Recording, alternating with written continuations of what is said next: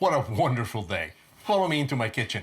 Today, we're going to make swordfish agrodolce, sweet and sour. For all of you out there who are married, I will show you a way to get out of the doghouse. Scallops with red peppers and zucchini sauce. And we end with, this is your lucky day. I'm going to show you how to make sauté calamari with garbanzo beans. And I will share a story about me, Sicily, and the sea. Come for the recipes. Stay for the story.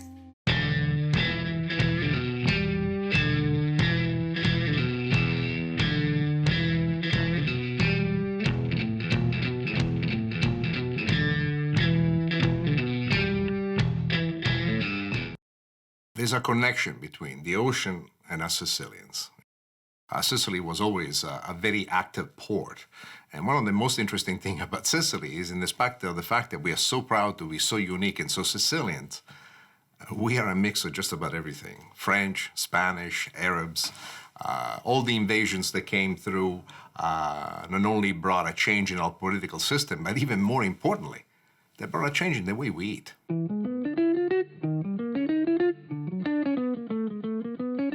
Today I want to share with you one of my favorite recipes from my youth, swordfish agrodolce, sweet and sour. Let me show you.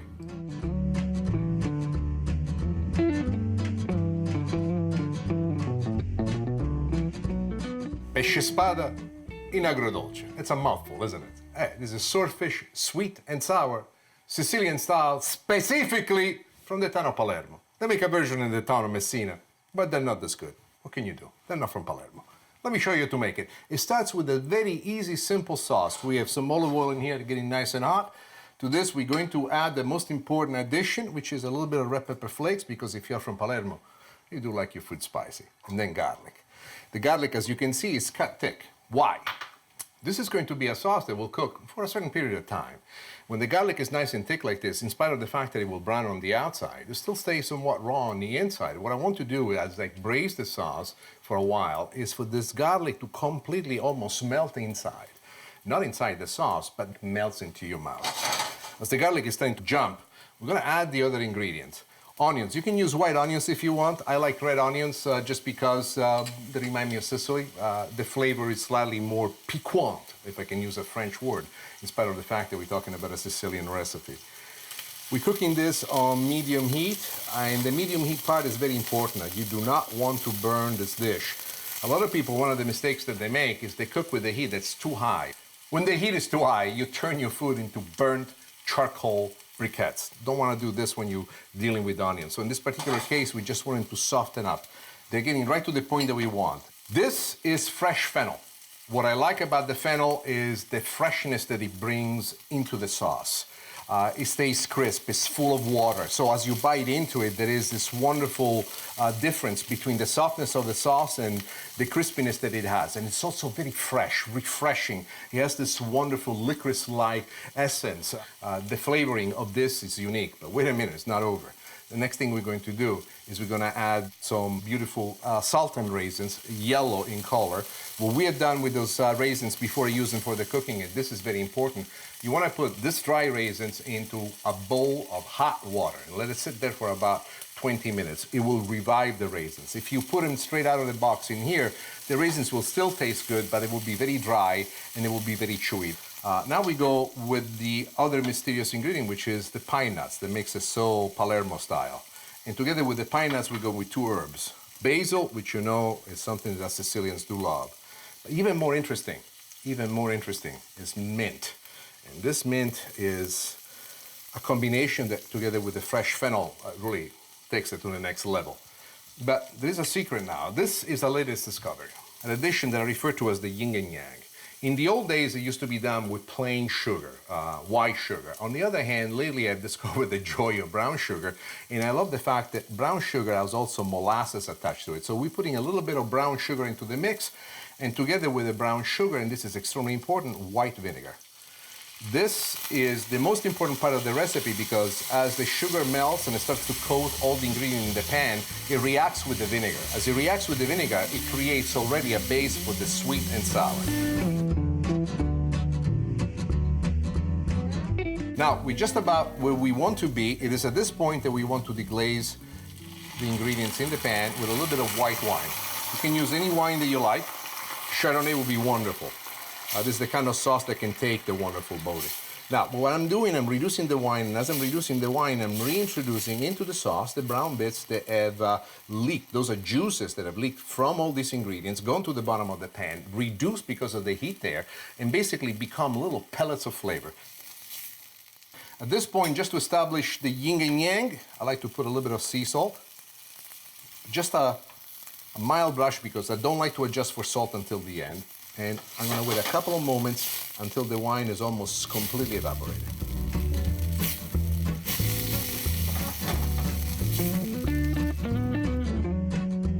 The next thing I'm about to add is Italian pelati.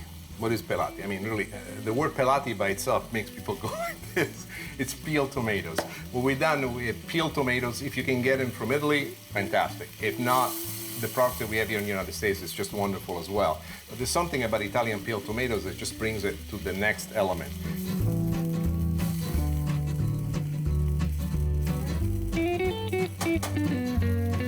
These are some of the juices from the strained tomatoes, and I want to add them back into the sauce because it will give us the character that we're looking for. You want to reduce the heat down to a slow simmer. Now, let me move this pan aside. Let's prep the fish. Palermo-style swordfish. What is it that makes it so unique? What is it that makes it so different? Let me show you exactly what I mean.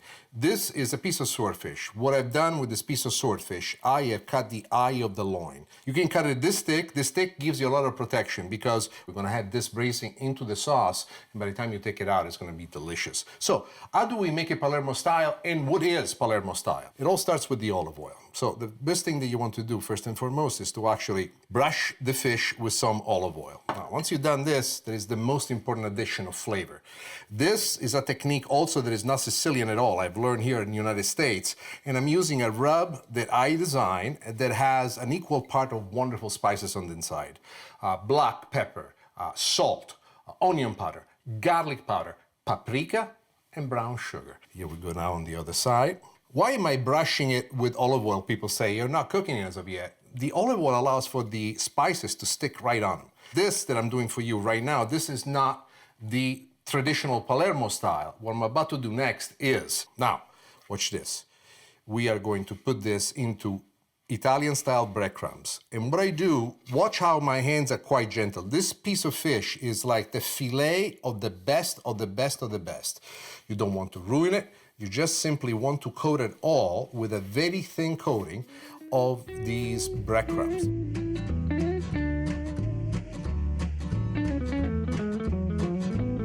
Now, once you've done this, especially if you're dealing with raw fish, the next thing that you need to do is to wash your hands. The fillet is ready. The only thing I have to do is cook it. Let me show you how. Now, ask another person, they'll tell you, you should use canola, you should use corn oil. And by the way, both canola and corn oil are some of the oils, vegetable oils that they use in Italy for frying on high heat. For whatever reason, I don't know what happened, I'm not particularly fascinated by the aroma of either of these two oils. So the product that I use is an extra light olive oil. The oil is nice and hot, extremely attentive now. Now just let the fish cook. I'm gonna lower the heat to medium-high, and that's all that we want to do. We want to get the perfect crust. Now, let me show you how to turn this fish. You put the spatula underneath, and you want to have another instrument that helps you in the turn. And there you are. Look at how beautifully all the edges have seared. This technique of using these two instruments will make your life easy. You know that I'm happy when I'm doing this. Why? First, I cannot dance. You ask my wife, she'll tell you I'm ridiculous as a dancer. But I know for a fact that the fish is perfectly cooked, is exactly where I want it to go. We have the perfect crusting with all the ingredients and all the spices on the top. So this is a most important step for us. First, we move the sauce back into position. And then using the same technique I showed you before, we take the fish, we reinsert into the sauce, and now we're going to let the fish simmer into the sauce for about 4 to 5 minutes.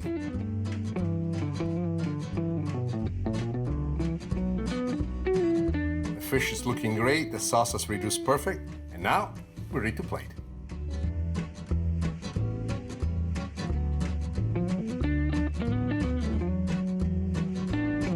The sauce is the essence of the city of Palermo. I love the way she looks, I love the aroma. I'm taking extra time here because she's so beautiful. What I like to do is to put the sauce at the bottom of the dish, exactly like this, and to sit the fish right on top.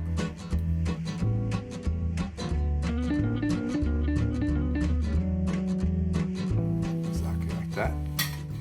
Now, at this point, we'd actually be ready, but there is one last thing that I like to do, and it's extra virgin olive oil of the highest quality that you can get, to just put it all the way around, exactly like that. With the first bite, you will be overtaken by how great the fish tastes, and then the sauce will come at you with all these different elements. Freshness that explodes into your mouth, and it's at the moment that you realize, mamma mia, what a beautiful place the city of Palermo is. And this is how you make swordfish in Agrodolce.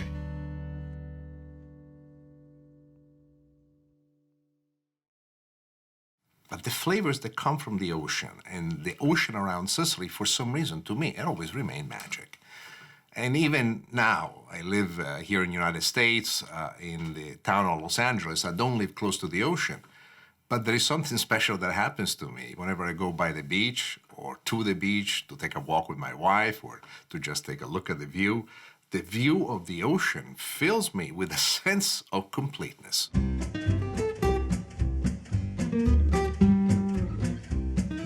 I'm going to show you to make scallops with red pepper and zucchini cream sauce. But this is a special recipe. You know why? It got me out of the doghouse. Let me show you.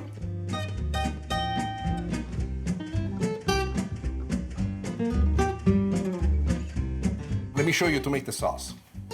So let's send in an explorer to make sure that we got it as hot as we want it. I would say the explorer has convinced me. So here we go first with the zucchini. No salt, no pepper in the zucchini. Why? The salt makes the zucchini sweat. In meeting with the hot oil, it will splatter everywhere. Together with the zucchini, we add the red pepper that I've also diced nicely. Why? Sometimes when you cook, you're in the process of painting something. And I think that colors are just as important as flavors. You cannot have something that is beautiful to look at and taste horrible, or something that it tastes terrible and it looks beautiful, or even worse than that, something that has no flavor whatsoever. There's plenty of flavor in here. The zucchini, as they're cooking and picking up a lovely brown crust underneath, and now I go here with my mixture of spices. The fresh herb that I like to add is mint. Mint is very powerful, so be gentle and don't use too much, because mint could completely overtake the flavoring. Now, I want you to stir everything around. The mint is a very Sicilian herb. In my opinion, it's happy, it's joyful. It promises things full of smiles. Is it so? In my head it is, and in my head I guess it works. But I absolutely love what the mint does in terms of the aroma that it brings into the dish, but also the flavor. Next thing we're going to do, a little bit of chopped onions. It could be white or red, whatever you put your hands on. Red I put in because they remind me of Sicily. It is at this point that I also like to add the garlic. So one of the things that you're gonna notice is that the garlic that I add is chopped. It's chopped because I want a quick sauce that you can do a la minute. And this is something that really fascinates me a great deal. In the making of sauces, there's the traditional way of making a sauce, which requires, a straining, a reducing, nothing wrong with that. And then there are some sauces that you can make in the pan quickly and really impart an enormous amount of flavor. This is one of those sauces. But where is the flavor coming from? And the first thing I'm going to do is go with a pinch of the brown sugar. Why the brown sugar versus the white sugar? Sicilians, we love to have a fight between the salt and the sweet. We do in our desserts, we do in our dishes.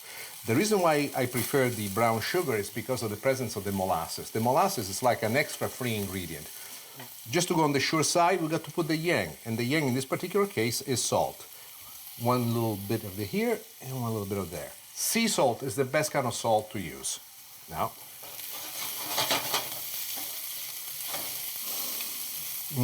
the aroma, I can already see in my own head how this is going to taste, and it's splendid.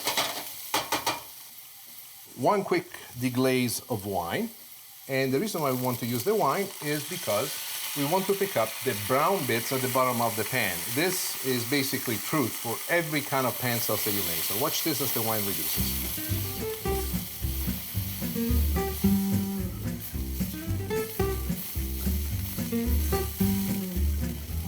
The last two ingredients, chicken stock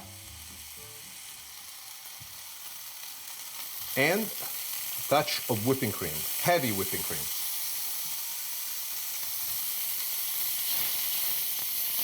Now you want to reduce the heat down to a simmer, and you want to let the cream and the stock reduce briefly.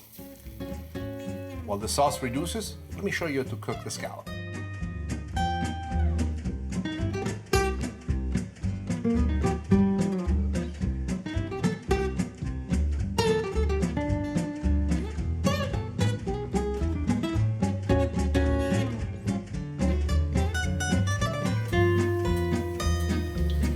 The seasoning that I put on the scallop is very unique. It's not an Italian seasoning. It's something actually that I learned here as I became passionate about American barbecue. It's more of a rub. Equal parts of salt, pepper, brown sugar, paprika, onion powder, garlic powder. One of the great things that I want to do is to create a beautiful brown searing top. The sugar helps enormously. As it connects together with the oil underneath, the sugar solidifies and crusts up. But as it does, it connects to itself everything. The juices that are transferring upward from the scallop, which are trying to escape because of the heat, the salt, the pepper, the paprika, the onion powder, the garlic powder, suddenly all these little tiny details that just seem to be names that you saw on a list have a purpose, have a reason. And as they do what they do, they create magic. Let me show you what the magic is as I turn the scallop. Look at this, the perfect searing. And this is what I love. A scallop to be tasting just right, it has to be perfectly crusted, exactly like this. Now the same thing is happening underneath. And that's exactly what I'm looking to do. So a scallop's this size, how long would you like to cook it for? I would say don't cook it any more than, at this heat, because I'm going on very high heat, don't cook any more than 1.5 minutes per side. I would say our scallop is ready to go. I'm gonna turn off the heat. I'm gonna turn off the heat from underneath the sauce. And now let me show you how to plate it. This is designed for all of you who, like me, fail from time to time in understanding what it is that our wife will say. She says, "Did you hear anything I said?" I think I did, but apparently I didn't. So first and foremost, you gotta go with a spectacular sauce like this. But this sauce alone will not help you. You need something else that will bring you out of the pain of trouble. And there she is, a beautiful scallop. This in itself is spectacular. Yes, this is an appetizer, but this is the one thing that opens the conversation with a smile. And this is how you make scallops with a red pepper and zucchini cream sauce.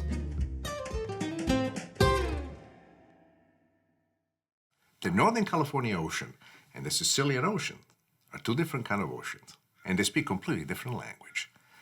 Sicily is quiet, blue, romantic for as far as you can see, this hot sand, the white sand. The Northern California coast instead is full of fury, and it's full of wind, and it's full of sounds, and you see these beautiful waves just smashing against these rocks on the side of it. And what should incite fear? Instead, in me, within this whole chaos, I find my center.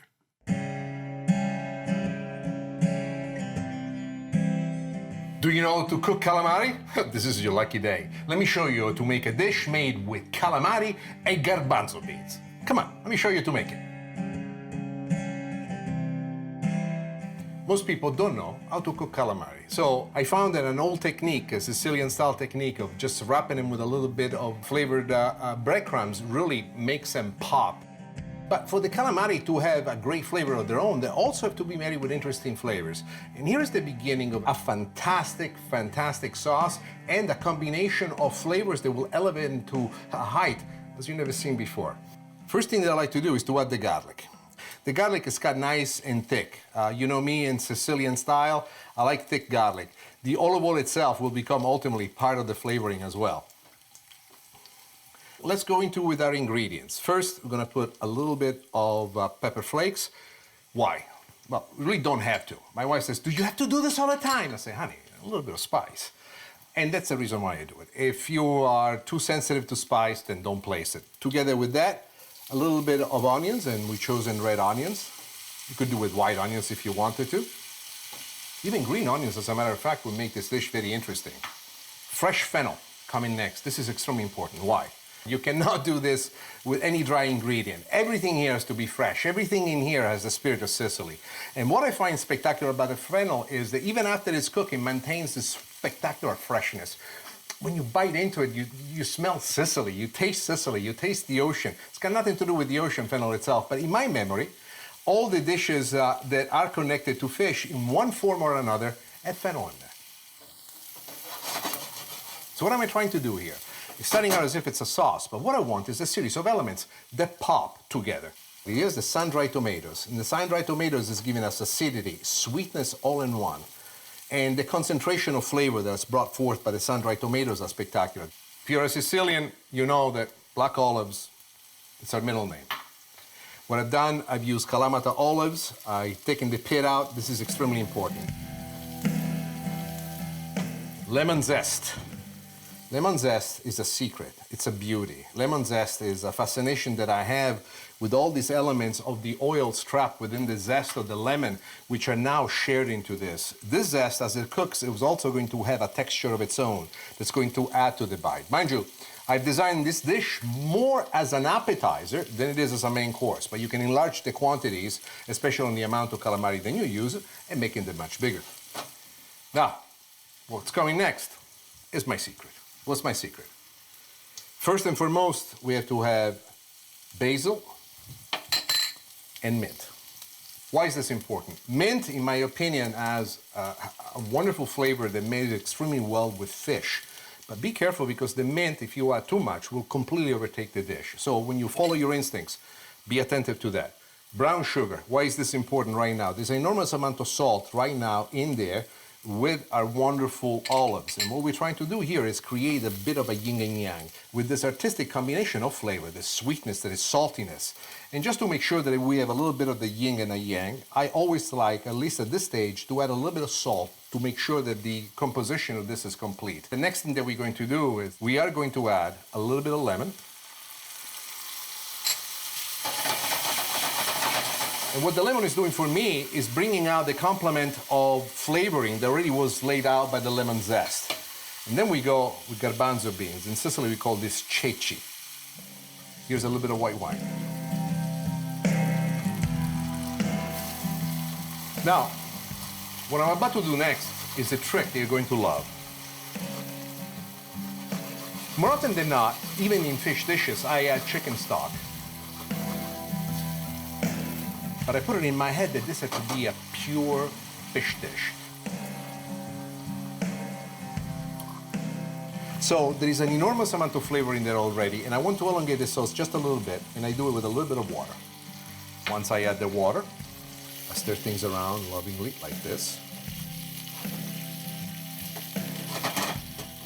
Then I'm going to move this sauce to the back burner, and I'm going to show you exactly how to cook the calamari the perfect way.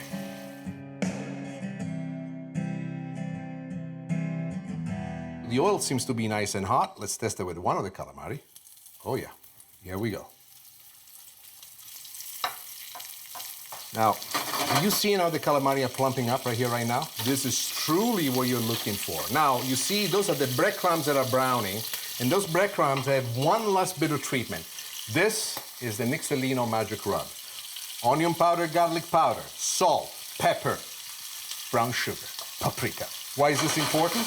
This is gonna coat the outside of the calamari. It's gonna hug the breadcrumbs that we have in there. It's gonna give an explosion of flavor. The calamari are ready, so let's move this one right here. We're putting the sauce back on the heat, and I wanna cook him in the sauce for a few more moments. So what you do, you lower the heat on the sauce, you bring it down to a simmer, and let the calamari cook in there for about 3 to 4 minutes. And then we'll be ready to plate it.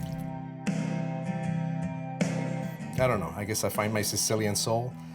This dish that for so long has been away from my reality has found a way inside with a new interpretation from me. And I think this is what's beautiful about cooking. I hope that my recipes inspire you not only to repeat what I do, but to find your own version.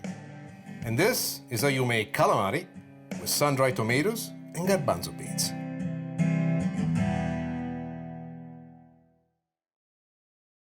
I think that in the end, no matter where we're born, no matter what part of the world we come from, we bring with us the ability to combine all these experiences and make them ours. So, is this a Sicilian tradition? Is this an American tradition? I don't know, but filtered through me, it tastes beautiful. There's nothing more beautiful than being in the kitchen and being happy. That's the greatest thing there is. That's perfect. Scallops and zucchini and red pepper cream sauce. Scallops with zucchini and red pepper sauce. Let's do this. Red pepper sauce. Cream sauce. Scallops. Easy. I think you just blew past All right, and action, Nick. Scallops with zucchini and red pepper cream sauce.